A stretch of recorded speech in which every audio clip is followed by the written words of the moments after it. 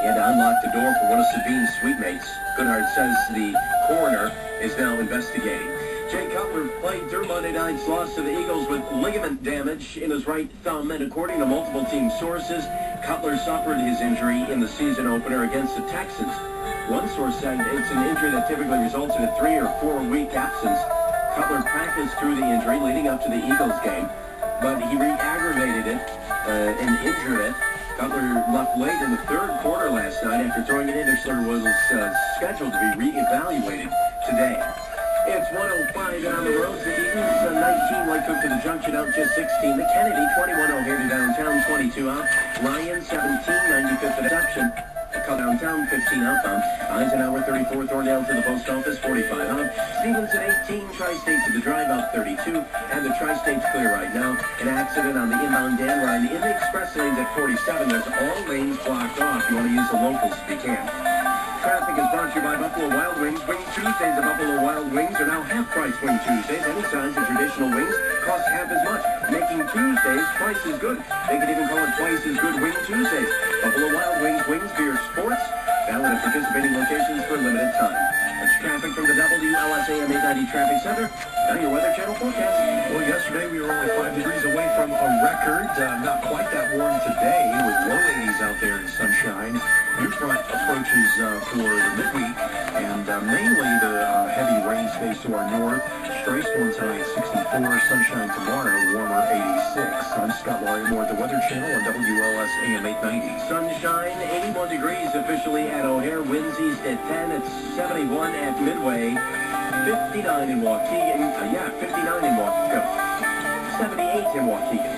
59, that'd be cold. 76. Downtown along the lakefront. Our news is sponsored in part by the Verdoliak Law Group. I'm Nick Dale on your new home of the Chicago White Sox and the Bulls. WLSAM 890. Rush Limbaugh from WLSAM 890.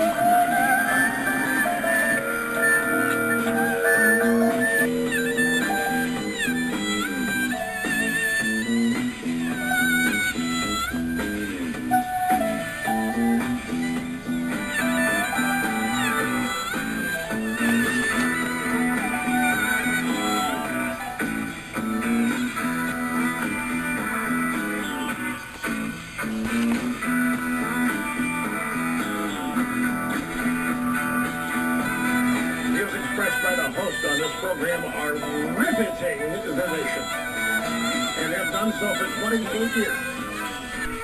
And that's because the views expressed by the host on this program are documented to be almost always right, 99.8% of the time, and are always fascinating and interesting and compelling, and you can't turn it off once you turn it on. You might even be trying to right now. You just can't do it. Happy to have you with us. Rachel's in there rolling her eyes. 800-282-2882 if you want to be on the program. And the email address, lrushmore@eibnet.com. Okay, folks, just one more thing for the Victor Davis Hanson piece. And I'm going to leave the rest of it up to you to find and read on your own. Again, it is yet another piece, maybe the one, the definitive piece. Aimed at Trevor Trumpers. Asking them, do you really know what you're doing here? This segment of the piece is entitled An Overdue Reckoning, and it deals with the people who are out there on the Never Trump side criticizing Trump because he's not conservative.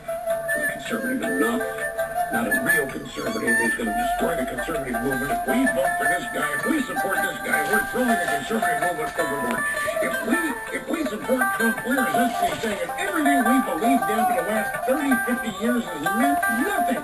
If we're willing to invest in this guy, there's a lot of Never Trumpers that think that they would deal conservatism a mortal blow if they're going to compromise their beliefs and support Trump. And in a certain set of circumstances, there'd be no doubt that that is true.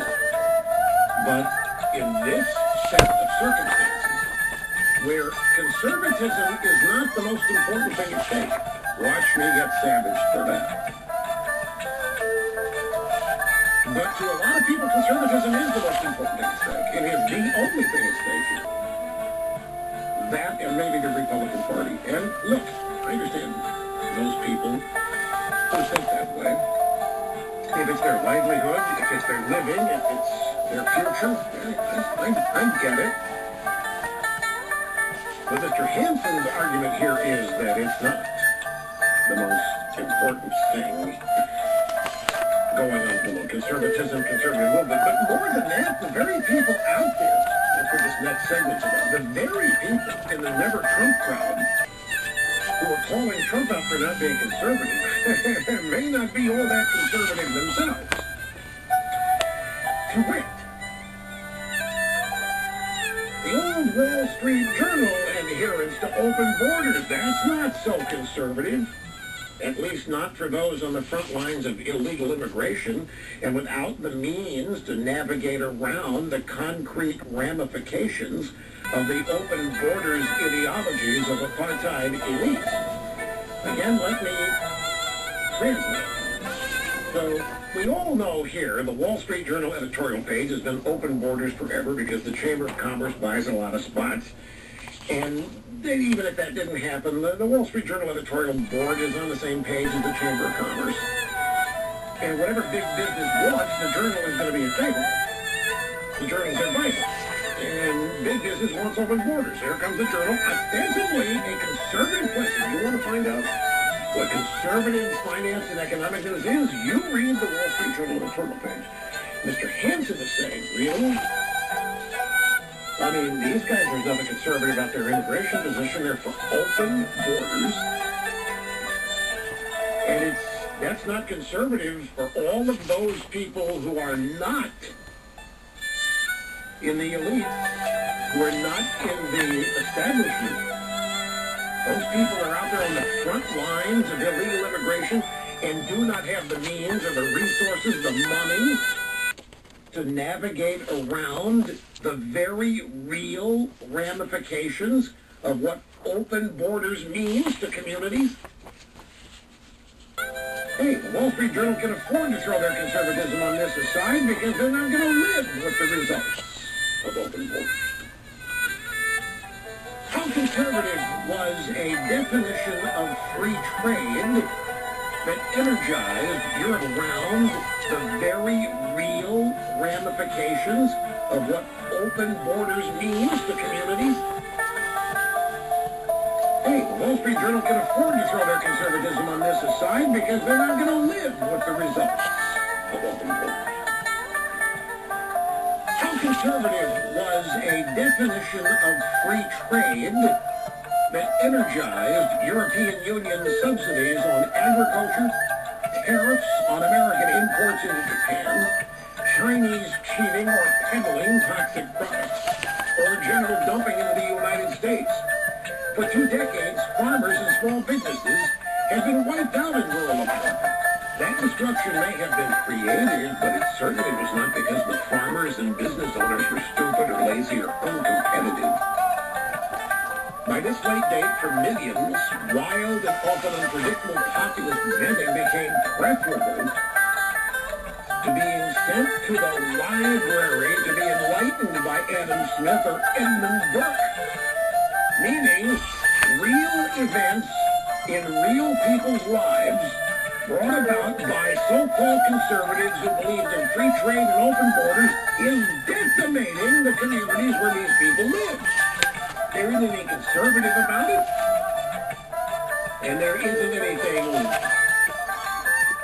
positive about it from their standpoint, and they're told that supporting Trump, who wants to try to protect them, who claims that he's going to stop all of these things ruining their lives, for the Never-Trumpers to come around and say, he's destroying conservatism, they better realize it's gone beyond conservatism now.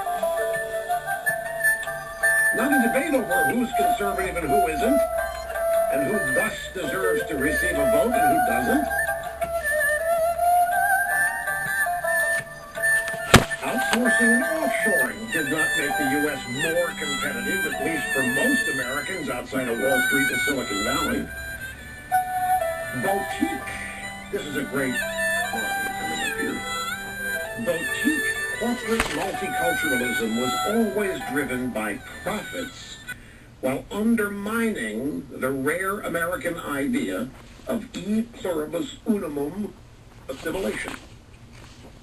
As the canny multimillionaires Colin Kaepernick and Beyonce have grasped, boutique corporate multiculturalism was always driven by profits, meaning you can also include boutique corporate climate change support. How many, you go to the grocery store, how many products do you see that got some relationship to green this, green that, organic here, organic there?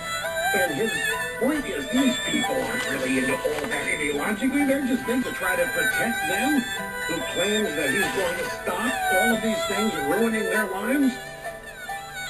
For the never-Trumpers to come around and say, he's destroying conservatism, they better realize it's gone beyond conservatism now. Not a debate over who's conservative and who isn't, and who thus deserves to receive a vote and who doesn't. Outsourcing and offshoring did not make the U.S. more competitive, at least for most Americans outside of Wall Street and Silicon Valley. Boutique, this is a great line coming up here. Boutique corporate multiculturalism was always driven by profits while undermining the rare American idea of e pluribus unum assimilation. As the canny multimillionaires Colin Kaepernick and Beyonce have grasped, boutique corporate multiculturalism was always driven by profits, meaning you can also include boutique corporate climate change support. How many, you go to the grocery store, how many products do you see that got some relationship to green this, green that, organic here, organic there? And his point is these people aren't really into all that ideologically. They just think you are, and they're trying to separate you from your money. So they're going boutique climate change, boutique multicultural, to make you think they are hip and up with it, when all they want is your money for their profits, which, nothing wrong with that. That's what businesses are out there to do. But these people get away. They get away with throwing away their conservatism. They get away with abandoning their conservatism. And they're not called out on it. They're called good citizens. They're called interested in social justice and all that. The point is, who are all these conservatives claiming Trump isn't one? Are they really? Long ago, an Ivy League brand ceased being synonymous with erudition or ethics, as Bill Clinton, Hillary Clinton, Barack Obama have demonstrated. Defeated or retired conservative Republican grandees were just as likely as their liberal counterparts to profit from their government service in Washington to rake in lobbyist cash. So principally, we're about ready for anything, or rather everything. Meaning, so you got all these people shouting out that they're conservatives, and we'd rather have this erudite Ivy Leaguers who make us proud because they don't sound like cowboys or hayseed hicks.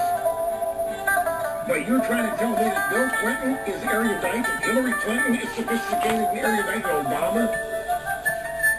And all these people, Republican or Democrat, are scoring big personal payday off of their government service. And they're extorting Trump for being insincere and disingenuous and not conservative. In sum, writes Mr. Hickson, if Donald Trump's bulldozer blade didn't exist, it would have to be invented. Donald Trump is Obama's nemesis. He is Hillary's worst nightmare. Donald Trump is a vampire's mirror to the Republican establishment. Before November's election, Trump's next outburst or reinvention will once again sorely embarrass his supporters, but perhaps not to the degree that Clinton's erudite callousness should repel her own.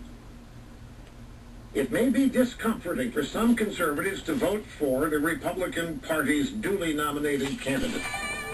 But as this Manichean two-person race ends, it's now becoming a suicidal knot, and that's how it concludes. So, didn't read the whole thing, because Victor Davis has it a National Review Online just to get you flavor. Now, I mentioned earlier that I had been told by spies on the scene that Trump was delivering a stepwinder in High Point, North Carolina, but at the time we had lost our satellite feed here because of the dense overcast producing torrential rain and lightning. We have a couple audio sound bites, though, just to give you a flavor for it. So I think we have, this is a huge crowd for High Point, like 2,000 or 3,000 people. It's a sold-out venue, and we've got 2 bites. And let's just, I have not heard these myself, so we'll be listening to them together. I will fight to bring us together as one American people. Imagine what our country could accomplish if we started working together as one people, under one God, saluting one flag.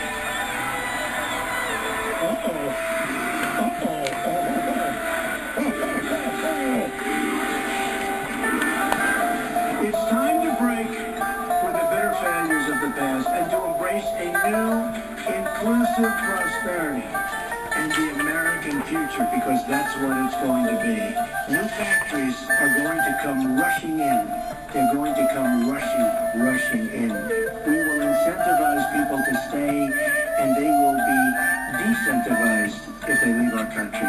They're not going to just come out, fire all our people, build product outside of the country, and sell it into our country so easily. It's going to be a whole different ballgame.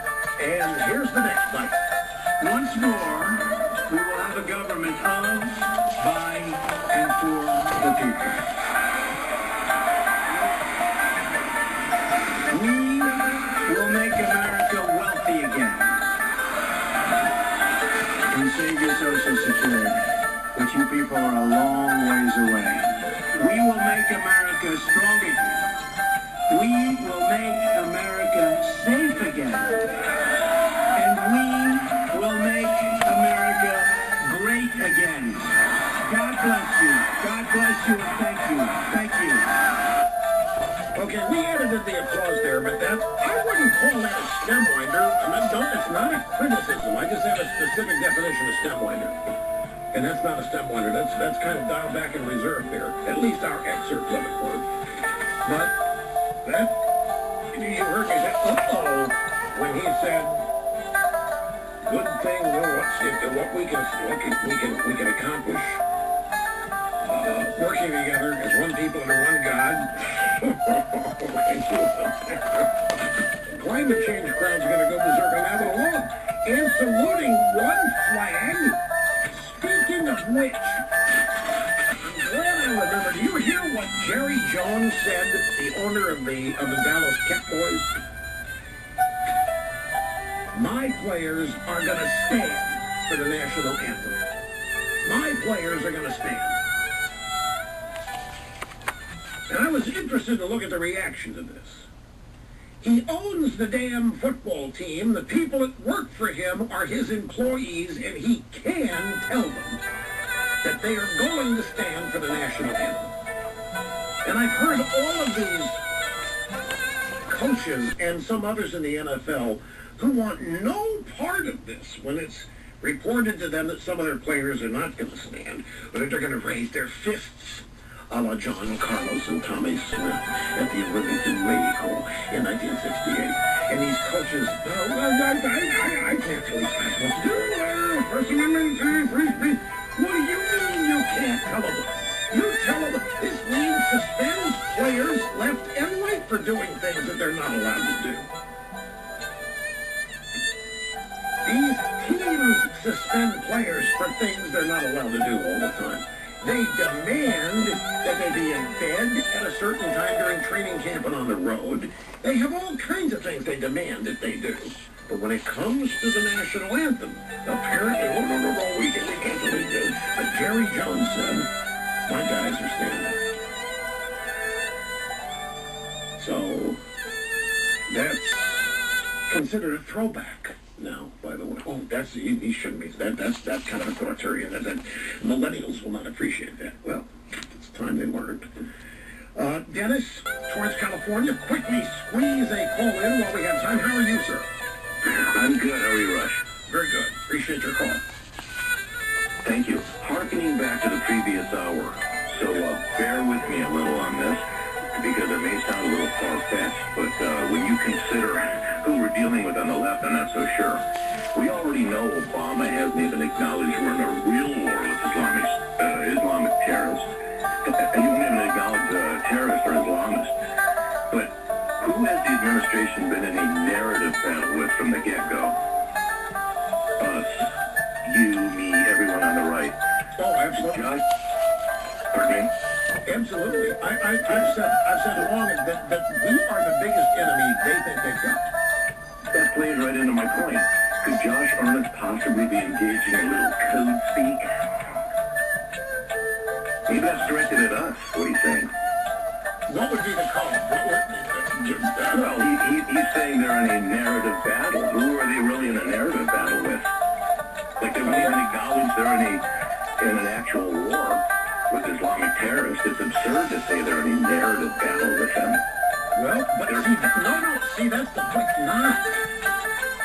That's exactly the way Obama wants ISIS to be. Obama doesn't want to see ISIS as a battlefield opponent, as a at-war opponent. Obama's not, for his legacy. His legacy doesn't depend on defeating ISIS in the battlefield. His legacy depends on the media and historians writing how he dealt with ISIS and rendered them irrelevant and all of that. And that is resulting from creating a narrative that he has done that. And he needs the support of the media to do it. He doesn't want to defeat them on the battlefield. He doesn't want to go that far. I know. But no, I think Bolton is right. They do construct these various ways. Indeed, that's why he won't pronounce them as an enemy. He won't call it Islamic terrorism, like you point out. I got to run. Quick time out, folks. Now this word of Rush's radio show with Rush 24/7. Listen live or on demand. Watch an enhanced SoCam video. Join today and get Rush's new Never Hillary bumper stickers for free. We cannot keep these things in stock.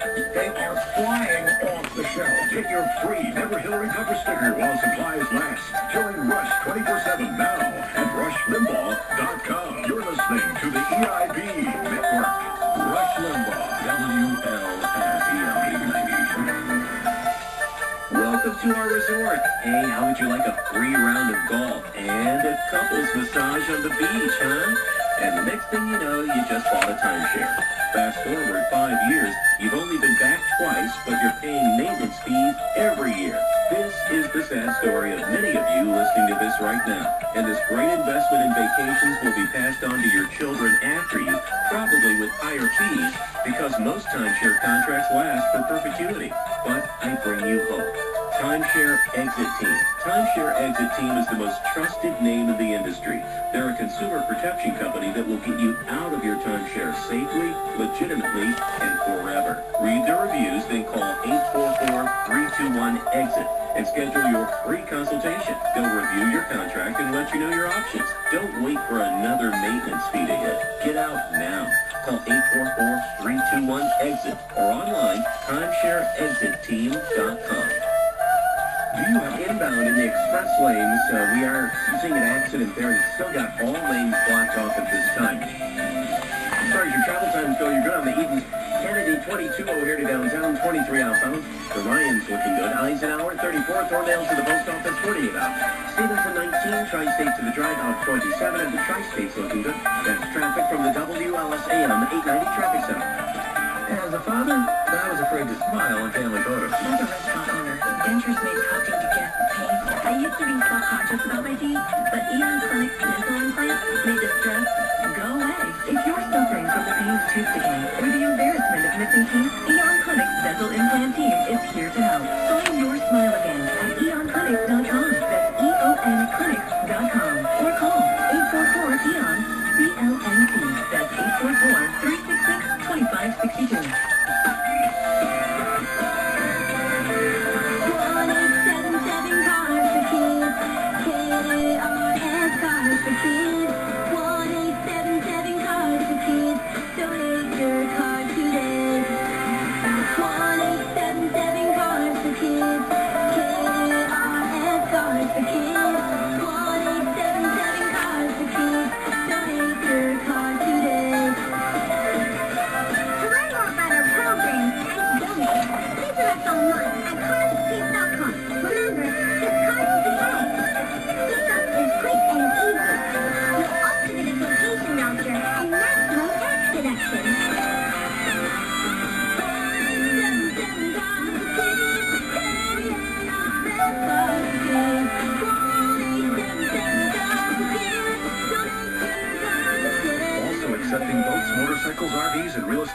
Nations. Today, Sox versus Phillies. Broadcast begin. At 5:30 on your home for White Sox baseball. WLS AM 890.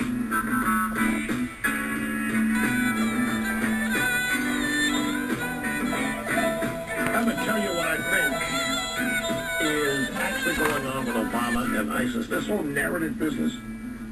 Folks, I've studied this. To the naked eye, and to those of us who see the world the way we do, and consider militant Islamic supremacism to be of enemy status, and Sharia to be incompatible with the U.S. Constitution, we see an enemy that is attempting to conquer us, and we see an enemy that needs to be stopped.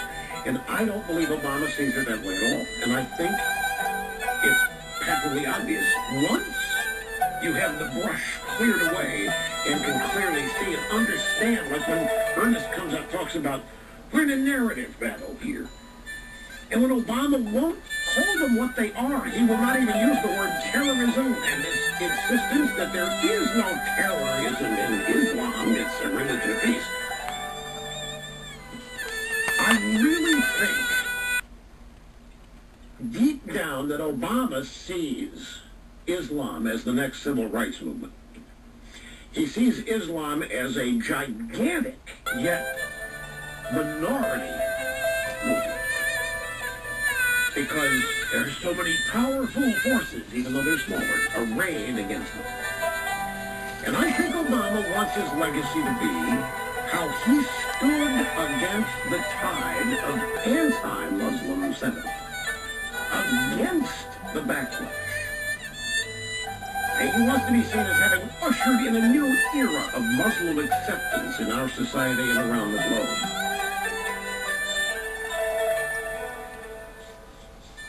If Obama were president of World War II, he would be, the equivalent would be talking about how wonderful the Japanese are and how wrong it is for us to be suspicious of them. Before Pearl Harbor, how wrong it is for us to be suspicious of them. And that they have reasons. If they don't trust us and if they're angry, they have reasons. We have stepped. I think that's his view of Islam. Donald Trump is again pushing back on Hillary Clinton's assertion that his rhetoric serves as a recruiting tool for ISIS. Trump told the rally crowd today in North Carolina, "I'm being tough. How is that a recruiting tool?" Sounds